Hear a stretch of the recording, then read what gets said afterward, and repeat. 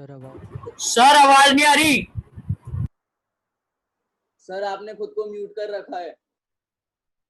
Mute of unmute करो। अब आई चिल्ला क्यों रहा है? आई आवाज हाँ सर। आ गई ना? हाँ सर। हाँ सर। Yes sir. हाँ सर आ गई। Okay okay.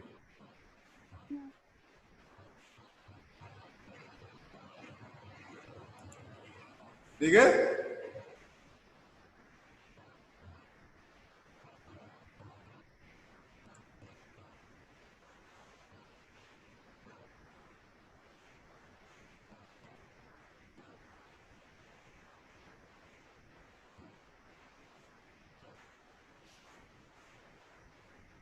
आ रही आवाज आ रही?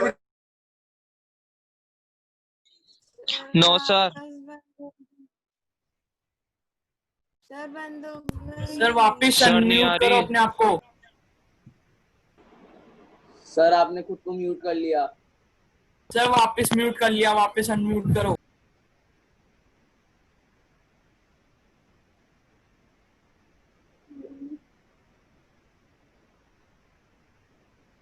नहीं सर। सर वापस करो, अनम्यूट करो अपने आप।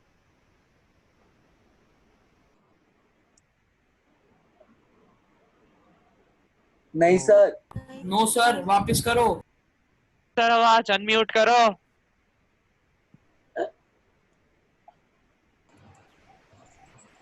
अब आ रही है?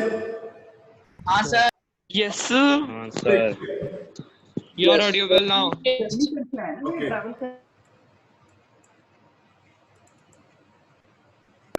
हाँ, तो कल हम पढ़ रहे थे बड़े भाई साहब, है ना? और बड़े भाई साहब ने हमने कुछ पढ़ लिया था। अब आगे बात करेंगे कि बड़े भाई साहब किस तरह से उनको शिक्षा देते हैं, डांट देते हैं, बातें बताते हैं पढ़ाई लिखाई के बारे में, तो उस बारे में बात करेंगे। आप आ जाए पेज नंबर 56 पर, और 56 का जो लास्ट पैरा है, लास्ट पैरा पे आ जाएंगे आप, है ना? मैं ये लताड़ सुनकर आंसू बहाने लगता, जब वो खेल कर आते और खेल कर आते तो भाई साहब उनसे पूछते कहाँ थे, उसके बारे में कोई जवाब नहीं दे पाते, तो जो भी उनको कहना होता है, लताड़ देनी होती है, डांट देनी होती है, सुनाना होता है, वो सुना देते हैं। जवाब ही क्या था उनका? जवाब भी कुछ नहीं था। क्या देते हो? अपराध तो मैंने किया है, अपराध तो है, खेलने तो गए हैं। लताड़ कौन सा है? भाई साहब उपदेश की कला में निपुण थे, अर्थात उपदेश प्रवचन देना, अर्थात प्रवचन देना में माहिर, देने में माहिर थे वो। कुछ भी जो भी टॉपिक मिल जाए उस पर वो सुनाते थे। ऐसी ऐसी लगती बातें कहते, ऐसे ऐसे सुक्ति बाण चलाते कि मेरे जिगर के टुकड़े टुकड़े हो जाते और हिम्मत टूट जाती है। ऐसी ऐसी बातें, ऐसी ऐसी घटनाएं, ऐसे उदाहरण देते हैं उनको कि वो उनके जो टुकड़े टुकड़े जाते हैं हृदय के, है ना, हिम्मत टूट जाती है। इस तरह जान तोड़कर मेहनत करने की शक्ति में अपने में नहीं पाता था, और उस निराशा में जरा देर के लिए सोचने लगता क्यों ना घर चला जाऊं। पता है इतनी डांट सुनने के बाद, इतनी डांट सुनने के बाद जब वो सोचता है कि क्या करना है यहाँ जब पढ़ के, क्यों नहीं मैं रोज डांट खानी पड़ती है भाई साहब की, क्यों नहीं अपने घर चला जाऊं, इस तरह से वो सोचता। जो काम मेरे बूते के बाहर है, अर्थात मैं कर नहीं सकता और पढ़ नहीं सकता, ज्यादा पढ़ाई में मन नहीं, खेलने ध्यान है, इसलिए मैं क्यों नहीं अपने घर चला जाऊं, उसमें हाथ डालकर क्यों अपनी जिंदगी खराब करूं। अर्थात ऐसा जहाँ पर डांट पड़ती हो और बहुत भाई साहब डांट खानी हो, ऐसा काम क्यों करूं मैं? मुझे अपना मूर्ख रहना मंजूर था, अर्थात जो मूर्ख बना हूं मैं, जो काम करता हूँ, खेलने का काम करता हूँ, उसमें क्या नाम से मंजूर था। लेकिन उतनी मेहनत से मुझे तो चक्कर आ जाता था, अर्थात काम भी नहीं होगा, काम करूंगा तो चक्कर आ जाएंगे। लेकिन घंटे 2 घंटे के बाद निराशा के बाद पड़ जाते, और थोड़ी देर बाद सोचने के बाद बात आई गई हो जाती, निकल जाती, तो निराशा मन के अंदर आती, वो भी चली जाती, और थोड़ी देर बाद फिर वही मैं इरादा करता कि आगे से खूब जी लगा पढ़ूंगा, सोचता कि नहीं पढ़ना चाहिए, भाई साहब मेरे ये कहते हैं, मेरे अच्छाई के लिए कहते हैं, इसलिए मुझे पढ़ना चाहिए, मैं पढ़ूंगा। इस तरह की बात थोड़ी देर बाद सोचने के बाद वापस समय उनका ठीक हो जाना। चटपट एक टाइम टेबल बना रहा था। टाइम टेबल जानते हो आप, समय सारणी इसको बोलते हैं, वो बना लेते हैं। सुबह 6 बजे से लेकर रात को 10-11 बजे तक का इतने बजे से ये क्लास, इतने बजे से क्लास, इतने बजे खाना, इतने बजे नाश्ता, इतने बजे क्या नाम से सोना, ये सारी चीजें वो अपने टाइम टेबल में बना लेते हैं। बिना पहले से नक्शा बनाए कोई स्किल तैयार किए काम कैसे शुरू करूँ? अर्थात पहले नक्शा बनाते, इतने बजे उठना, मुझे इतने बजे बाथरूम जाना है, इतने बजे नाश्ता करना है, इस सब्जेक्ट को पढ़ना है, फिर क्या नाम से स्कूल जाना है, फिर वापस आना है, इस तरह का पूरा वो टाइम टेबल नक्शा बना लेते हैं। टाइम टेबल में खेल कूद की मत बिल्कुल उड़ जाती, अर्थात खेल कूद इसमें बिल्कुल नहीं होता। खेल कूद के बारे में तो डांट खानी पड़ती है रोज, और खेल कूद रखेंगे तो फिर डांट पड़ेगी, इसलिए वो छोड़ देते उसको। प्रातः काल 6 बजे उठना, अर्थात नक्शे में क्या था, 6 बजे उठेंगे सुबह प्रातः काल, और मुंह हाथ धो नाश्ता कर पढ़ने बैठ जाना, अर्थात तैयार होकर के अपने जो देने के काम है उसे तैयार होकर के और क्या नाम से वो पढ़ जाएगा, पढ़ने को तैयार हो जाएगा, पढ़ने बैठ जाएगा। 6 से 8 तक अंग्रेजी, 1 घंटा अंग्रेजी पढ़ना, 6 बजे से लेकर के 2 घंटे सोए, 6 से 8 तक, 6, 7, 8, 2 घंटे वो अंग्रेजी पढ़ते थे।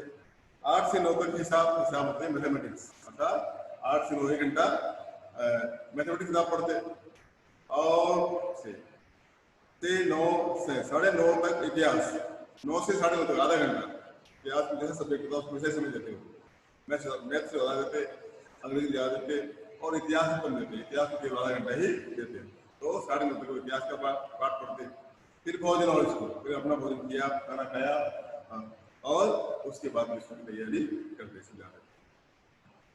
3:30 बजे स्कूल से वापस होकर आधा घंटा आराम, वापस आएंगे स्कूल से पढ़ा के, और क्या नाम से थोड़ा रेस्ट करेंगे, आराम करेंगे।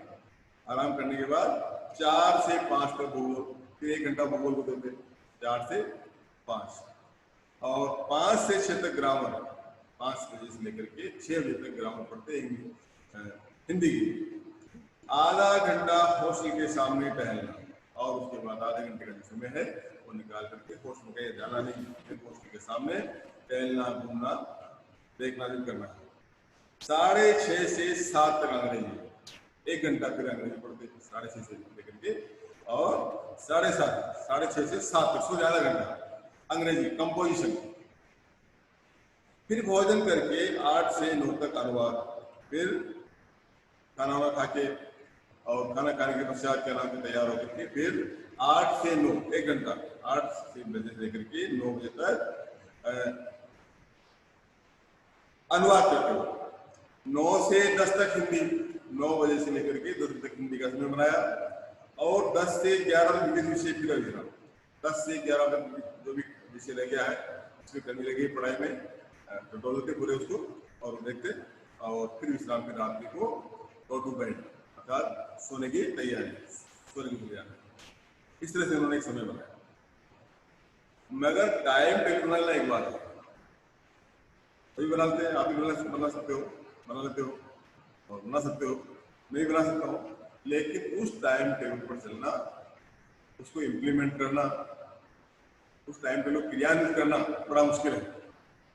एक बात है उस पर अमल करना, दूसरी बात अमल होता है इम्प्लीमेंट करना, उसको क्रियान्वित करना, अर्थात टाइम टेबल बन गया लेकिन उस पर चलना, टाइम टू टाइम पर बैठना, टाइम टू टाइम उसको निकालना, ये बड़ा मुश्किल काम है।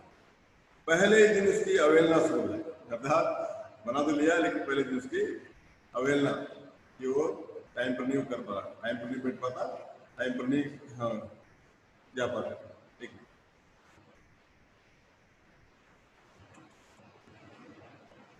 अर्थात पहले दिन से उसकी अवहेलना शुरू हो जाती। मैदान की वो सुखद हरियाली, अर्थात बार बार देखते, मैदान की हरियाली देखते, हवा के हल्के हल्के झोंके, जब हवा ठंडी हवा आती बाहर से, वो फुटबॉल के उछल कूद, फुटबॉल खेलते हैं और उछल कूद देखते हैं। कबड्डी के अर्थात कबड्डी खेलते, कबड्डी के जो पकड़ना, छोड़ना, दाव भाग, वॉलीबॉल की वो तेजी और फुर्ती, और वॉलीबॉल में किस तरह से एक दूसरे को बॉल मारना, बॉल को पकड़ना, बॉल को दूसरे पहुंचाना, मुझे अज्ञात और अनिवार्य रूप से खींच लिया, अर्थात मेरा ध्यान बार बार उधर जाता, अर्थात मैं सोचता कि क्यों नहीं मुझे ये सारी चीजें मिल जाए खेलने के जाता, और वहां जाते मैं सब कुछ भूल जाता। जब जैसे बाहर गया बाहर जाते ही सारी जो पढ़ाई की बातें हैं सब भूल जाता, कुछ याद नहीं रहता, सारे बातें हुए खेल कूद, वॉलीबॉल, फुटबॉल और जो भी खेल खेलते थे वो सब शुरू हो जाता, उनके दिमाग में आ जाती बात। वह जानलेवा टाइम टेबल अर्थात जानलेवा था कि खेल कूद तो पूरा खत्म हो गया उसके अंदर, अब केवल पढ़ाई है और पढ़ाई है, इसलिए वो पढ़ाई पहले शुरुआत में उनके लिए मुश्किल थोड़ी। वह आंख फोड़ पुस्तकें, तब पुस्तकें जिनको आंख फोड़ो, आदमी पढ़ो, पढ़ाई करो, पढ़ने में आंखें टूट जाती, किसी की याद न रहती और भाई साहब को नसीहत और फजीयत का अवसर मिल जाता, अर्थात फिर वही सुनने को मिलता, भाई साहब की फजीयत, भाई साहब की डांट है, भाई साहब के जो गाना को मिलता और नसीहत जो शिक्षा वो याद आती कि भाई साहब से कहा करते थे, और फजीयत मतलब उनके अपमान किया करते थे का अवसर मिल जाता भाई साहब। मैं उनके साये से भागता, उनके साये से दूर रहना चाहता भाई साहब, ताकि कोई इस तरह डांट वाट करने का, प्रवचन सुनने का, डांट खाने का मौका मुझे नहीं मिले। उनकी आंखों से दूर रहने की चेष्टा करता, अर्थात वो मुझे देखे नहीं, देखिए कैसे नहीं साथ रहेंगे देखेंगे, लेकिन लेखक की कोशिश रहती कि वो मुझे देखे नहीं, चेष्टा करता। कमरे में इस तरह दबे पाँव आता कि मैं खबर हूँ, और कमरे में जब भी आता चुपचाप दबे पाँव आवाज, पैरों की डांट की आवाज उनके भाई साहब तक न पहुंचे, इस तरह से मैं उनके पास आता। उनकी नजर मेरी ओर उठी और मेरे प्राण निकले, जैसे मैं खेल के आया और खेल के आने के पश्चात भाई साहब ने मुझे देखा, मुझे देखते ही मेरे प्राण निकले, मतलब जमीन से इसे गिर निकली कि अब डांट पड़ेगी, अब कुछ सुनने को मिलेगा। हमेशा सिर पर एक नंगी तलवार से लुटने वाला, हमेशा आफत नंगी तलवार पड़ेगी बड़ी होगी, अर्थात आफत की अच्छा आफत रोज तो खेल कौन है भाई? 1 hour. हैं?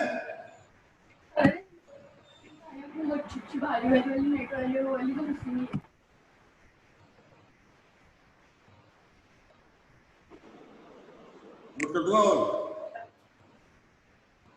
फिर भी जैसे मौत और विपत्ति के बीच भी आदमी मोह और माया के बंधन में रहता है, जब मरता आदमी तब भी जीवित रहता आदमी, मरने से पहले तब भी वो मोह माया उसके साथ में लगी रहती है, वो डूबा रहता है उसमें, वही मेरे साथ था। मैं फटकार और गुर्तियाँ खा कर भी खेल कूद कर प्रसार नहीं कर सकता, अर्थात इस प्रकार से डांट खा करके, गुर्तियाँ मतलब उनकी फटकार सुन करके, उनकी जो बातें सुन करके, उनकी लताड़ सुन के, और फिर भी मेरा मन खेल से दूर नहीं जाता, खेल में ही लगा रहता। इस तरह से वो जो पहले दिन का जो बनाया था उन्होंने आराम से टाइम टेबल समय सारणी, वो पहले दिन से उनकी वेलना उसकी शुरू हो जाती इस तरह से। अब आगे क्या होता है, आगे देखो सालाना इम्तिहान हुआ, सालाना मतलब वार्षिक परीक्षाएं हुई, भाई साहब फेल हो गए, भाई साहब कक्षा में आगे नहीं जा सके, उसी कक्षा में फेल हो गए। मैं पास हो गया और खेलने कूदने वाला, डांट खाने वाला, नताड़ खाने वाला पास हो गया और दर्जे में प्रथम आया और क्लास के अंदर फर्स्ट क्लास फर्स्ट पोजीशन उन्होंने प्राप्त की। मेरे और उनके बीच में केवल 2 साल का अंतर रह गया, कहाँ 5 साल का अंतर था पहले, अब केवल 2 साल का अंतर रह गया क्लास में। जैसे मान लो 6 में है, वो 8 क्लास में, ऐसे 2 साल का। जी में आया भाई साहब को आड़े हाथ, मन तो किया कि भाई साहब को 2-4 बातें सुना दूं, बहुत डांटा करते थे आप, पढ़ने के लिए बहुत कहा करते थे, लेकिन देखो मैं तो पास हो गया और आप फेल हो गए। लेकिन आपकी गौर तपस्या कहाँ गई, आप जो पढ़ाई कराया करते थे, आप अध्ययन करते थे, बड़े अध्ययनशील थे, बड़े संयमी थे, हैं, वो पढ़ाई आपकी कहाँ गई, आप फेल हो गए। और मैं खेलता कूदता जाता, पढ़ाई भी कम करता, फिर भी क्लास में फर्स्ट आया, हैं, तो इसलिए बोलता मुझे देखिए मजे से खेलता भी रहा, आप मुझे देखिए आराम से खेलता हूँ, आपके डांट खाता हूँ, और दर्जे में और क्लास के अंदर फर्स्ट पोजीशन में मेरी आई। लेकिन वो इतने दुखी और उदास थे कि मुझे उनसे दिली हमदर्दी हुई, अर्थात फेल होता आदमी तो उदासी आई जाती है, दिली उदासी है ना, और उदासी के चक्कर में आदमी दूसरा आदमी कुछ कर नहीं पाता। तो मैंने उनसे कुछ भी नहीं कहा, उनके घाव पर नमक छिड़कने का विचार ही लज्जा उस पर लगा, अर्थात ऐसी स्थिति में किसी व्यक्ति से कुछ कहा जाए तो ठीक नहीं है, अच्छी बात नहीं है, लज्जा से शर्म आती है कि बड़े भाई साहब एक और बड़े भाई साहब फेल हो गए और फेल होने के बाद उनसे 2-4 बातें उनसे कहें तो भी अच्छी बात नहीं है। अब मुझे अपने ऊपर कुछ अभिमान होगा, अर्थात मैं स्वयं जान गया हूँ कि मेरे को है आप रोज पढ़ते हैं, आप इतना पढ़ते हैं, आप अध्ययनशील हैं, आप किताबें सामने रखे रहते हैं, फिर भी आप फेल हो गए और मैं खेलता हूँ, पढ़ता हूँ, थोड़ी देर के लिए पढ़ता हूँ, फिर भी पास हो गया, तो मेरा आत्मसम्मान भी बढ़ा, अपने आप में आत्मसम्मान बढ़ा। भाई साहब का वो रोब मुझ पर रहा, अर्थात जो रोज रोज डांट किया करते थे, रोज रोज प्रवचन दिया करते थे, रोज कुछ सुनाया करते थे, वो बातें भाई साहब के अंदर धीरे धीरे कम हो गई। आजादी से खेल कूद में शरीक होने लगा, अर्थात अब मैं आराम से जाता, आराम से खेल कूद करता और फिर आता। अब डर नहीं रहा भाई साहब का डर बिल्कुल मेरे अंदर नहीं रहा। दिल मजबूत था, हृदय मजबूत था, हार्ट स्ट्रॉन्ग था।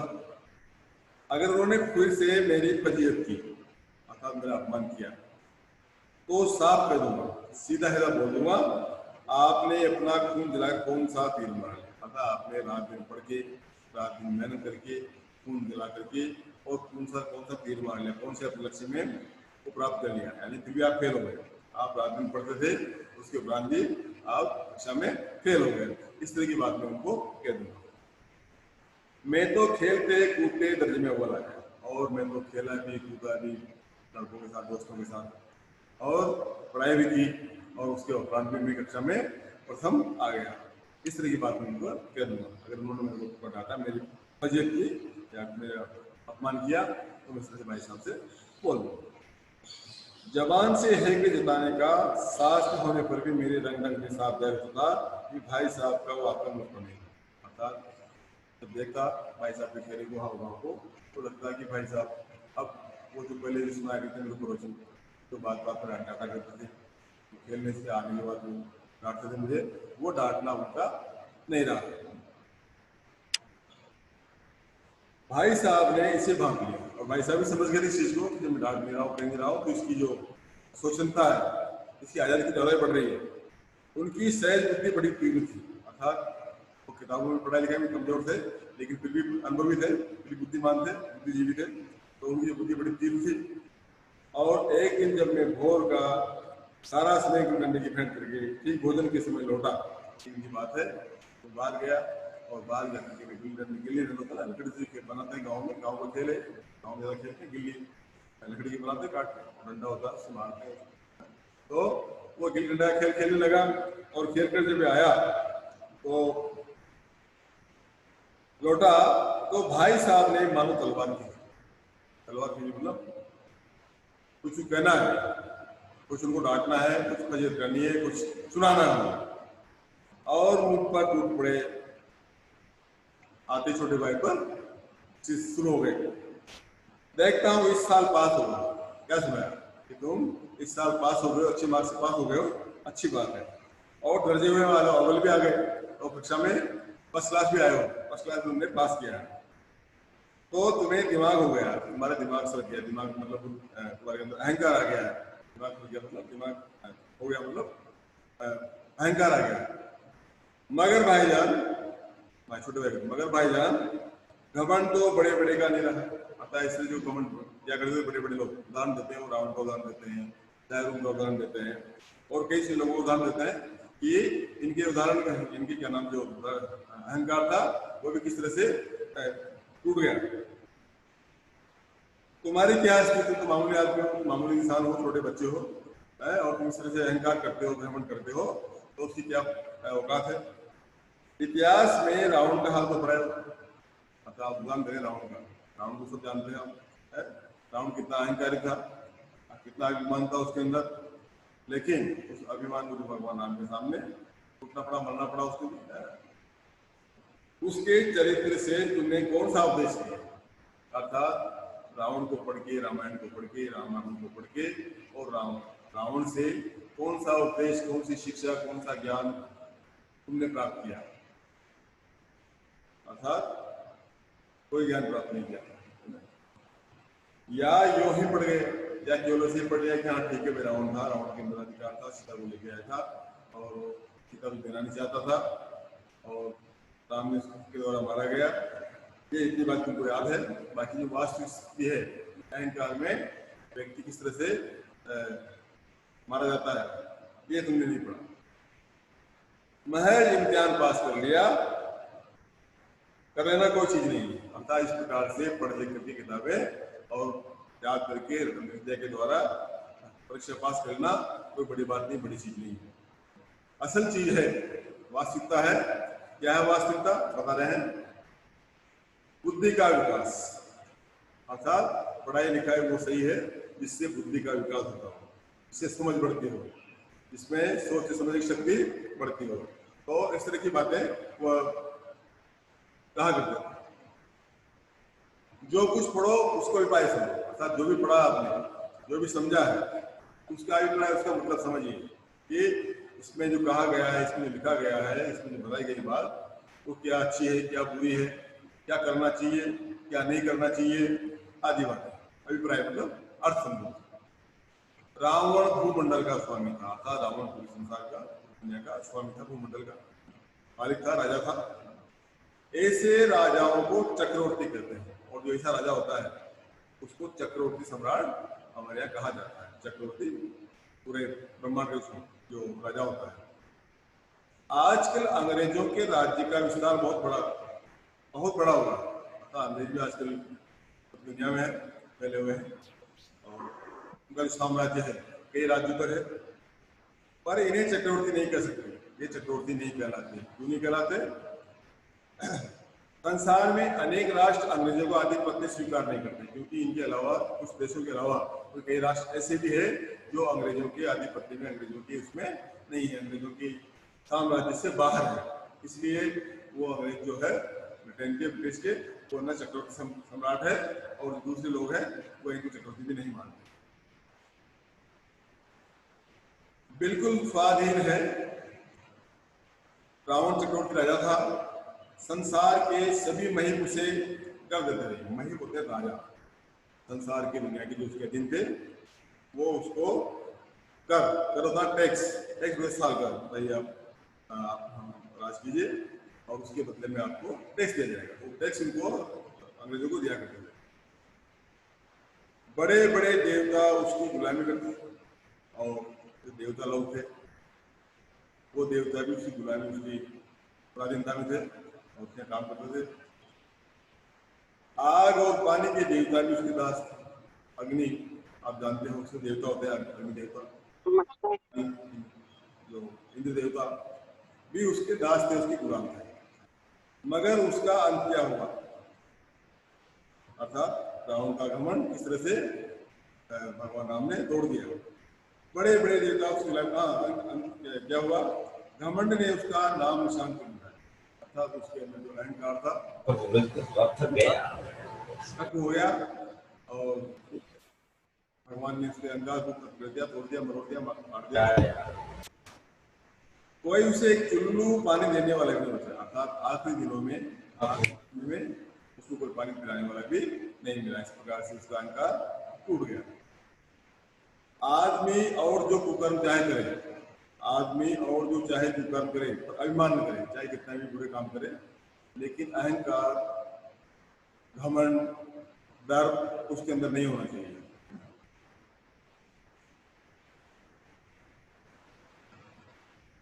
इतराय ने, इतराना होता ना, आप जानते हो इतराना, इतराय ने अभिमान किया और दिन दुनिया दोनों से गया। अर्थात अहंकार आया, अहंकार आने के पश्चात समाज से, दिन दुनिया, लोगों से और संसार से वो चला जाता है।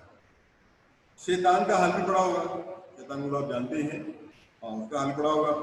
उसे ये अभिमान हुआ था कि ईश्वर का उससे बढ़कर सच्चा भक्त कोई है ही नहीं। अर्थात भगवान की भक्ति का, भक्त होने का उसको अहंकार था कि मेरे जैसा भक्त भगवान का कोई नहीं है। अंत में ये हुआ कि स्वर्ग से नरक में ढकेल दिया।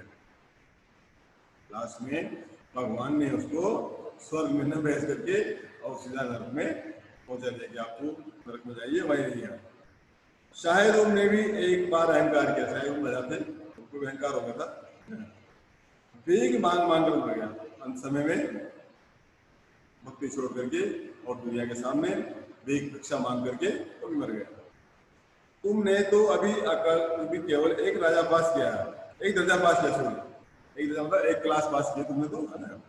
और उस एक क्लास में पास करने में तुम्हारे अंदर इतना अहंकार आ गया है, वो गलत है। इस तरह से वो प्रवचन दे रहे हैं, इस तरह की बात वो कर रहे हैं। और अभी से तुम्हारा सिर फिर गया और तुम घमंड आ गया, सिर फिर गया मतलब घमंड आ जाना, है ना, फिर गया। तब तो तुम आगे पढ़ चुके, तब तो तुम्हारी आगे पढ़ाई हो गई। और जब इस समय छोटी कक्षाओं में तुम्हारे अंदर इतना घमंड है, अहंकार आ गया, तो आगे कैसे पढ़ोगे? पढ़ भी गए तो बहुत बड़े अहंकारी हो जाओगे, और अहंकारी व्यक्ति माना जाता है।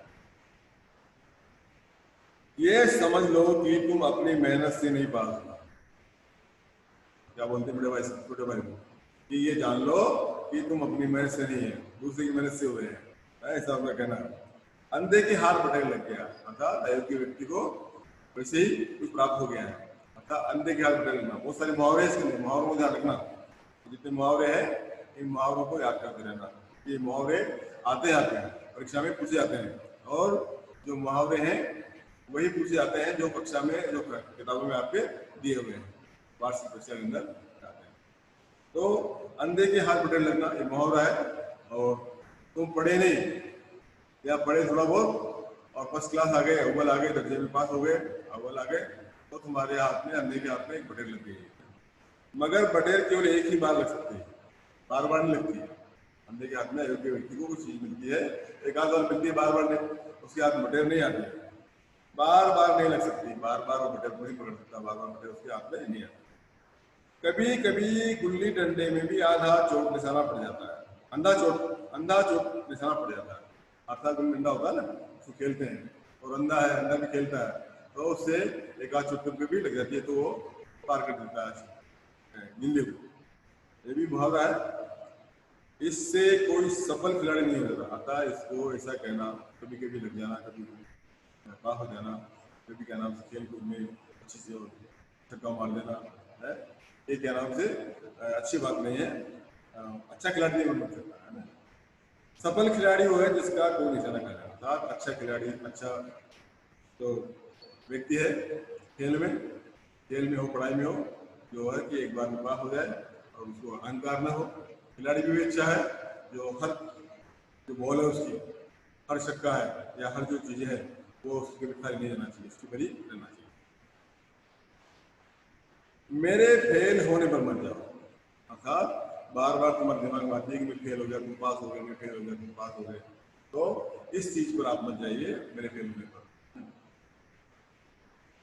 मेरे दर्जे में आओगे तो दांतों पसीना आ जाएगा, दांतों पसीना आ जाना, बहुत मेहनत करना है, कड़ी मेहनत करना। जब मेरे दर्जे मेरी क्लास में आओगे तो तुमको पता पड़ेगा कि पढ़ाई क्या होती है, बड़ी कक्षाओं में आना क्या होता है। जब अलजबरा होता है ना, आपने मैथमेटिक्स होता है अलजबरा, और ज्योमेट्री भी मैथमेटिक्स होती है, ज्योमेट्री पढ़ते हैं। ये लोहे के चने चबाने पड़ेंगे, लोहे के चने चबाना मतलब मुश्किल काम करना, लोहे के चने चबाना मेहनत का काम करना, ये पढ़ेंगे। और इंग्लिस्तान का इतिहास पढ़ना पड़ेगा, इंग्लिस्तान, ब्रिटेन का, यूरोप का। तो बादशाहों के नाम याद रखना पड़ेगा, आसानी में बादशाहों के नाम। लुइस कही है, लुइस 1, लुइस 2, लुइस 3, लुइस 18 तक है ना। और इसी प्रकार से हेनरी साहब है, कही है, George 1, George 2, George 3, George 4, George 5, George पंचम, जॉर्ज षष्ठम, जॉर्ज भी कही है। तो इनको याद रखना, इनका इतिहास पढ़ना, कौन से राजा के काल में क्या हुआ, कौन सा राजा कब से कब तक रहा, ये बातें याद करना बड़ा मुश्किल हो जाए। 8 हेनरी हो चुके हैं, Henry 1, Henry 2, Henry 3, Henry 4, Henry 5, Henry 6, Henry 7, Henry 8 तक हुए हैं। तो कौन सा हेनरी किस काल में हुआ, कौन से हेनरी ने कौन सा काम किया, ये इतिहास को जानना, उसकी तिथिवार को समझना और पढ़ना बड़ा मुश्किल है। कौन सा कांड किस हेनरी के समय में हुआ, अर्थात कौन सा कांड जो है कौन से हेनरी के समय में हुआ, इसको याद रखना भी बड़ा मुश्किल है। क्या है याद कर लेना आसान समझते हो, अर्थात ये चीजें जो उनको याद करना पढ़ना ये आसान थोड़ी है, बड़ा मुश्किल काम है, बड़ा तेज काम है। हेनरी 7वें की जगह हेनरी 8वां लिखा और 7 नंबर गाए। अगर काम किया 8वें ने 7वें ने और आपने लिख लिया, लिख दिया हेनरी 8वां, हिंदी 8वां लिखा, लिखते ही आपके सारे नंबर, सारे मार्क्स गायब। थपाचक कॉपी कुछ नहीं, 0 मार्क्स। सी पर भी नहीं मिलेगा, सिर्फ 0, अर्थात आपको उस लिखे हुए पर 0 भी नहीं मिलेगा। सी पर भी नहीं मिलेगा, 0 भी नहीं मिलेगा, 0 भी। इस तरह से वो छोटे भाई को ये शिक्षा दे रहे हैं। हो किस ख्याल में, अर्थात तुम किस ख्याल में हो, किस चिंतन में हो कि इस तरह से पढ़ाई आसान है और आसानी से हम पढ़ लेंगे, बड़ा मुश्किल है। दर्जनों तो जेम्स हुए हैं, जेम्स 1, जेम्स 2, जेम्स 3, जेम्स 4, दर्जनों। दर्जनों William first, William second, William third, ऐसे इंग्लिश में आप पढ़ते होंगे। जो सोशल स्टेट वगैरह है उसमें कई तरह के राजा हुए हैं, एक से लेकर के हुए। वहाँ तो यही नाम होता है और इन्हीं नाम को रखना पड़ता है, याद करना पड़ता है। तो code of Charles 1, Charles 2, Charles 3, Charles 4। कौन सा चार्ल्स किस काल में हुआ, कौन सा चार्ल्स के कार्यकाल में कौन सा कांड हुआ, कौन से कार्यकाल में कौन सी गतिविधि हुई, ये याद रखना बड़ा मुश्किल है। दिमाग चक्कर खाने लगता है, अर्थात दिमाग घूम जाता है, दिमाग चक्कर खाने लगता है। क्या लिखूँ यार, कौन सा था होगा, चार्ल्स कौन सा था, विलियम कौन सा था, हेनरी कौन सा था, आदि आदि। आंधी रो जाता है, अंधा होता है आदमी, इतने याद रख के।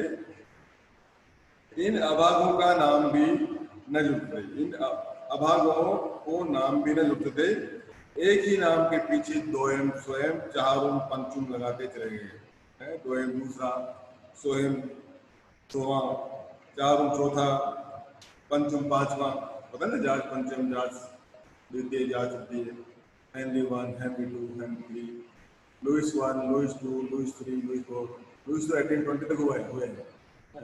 तो इस तरह से ये अपने नाम के आगे लगा देते थे, और लगाने के पश्चात आप हमको पढ़ना पड़ा था और हमको जानकारी भी मुश्किल थी कि कौन से काल में कौन सा काम हुआ।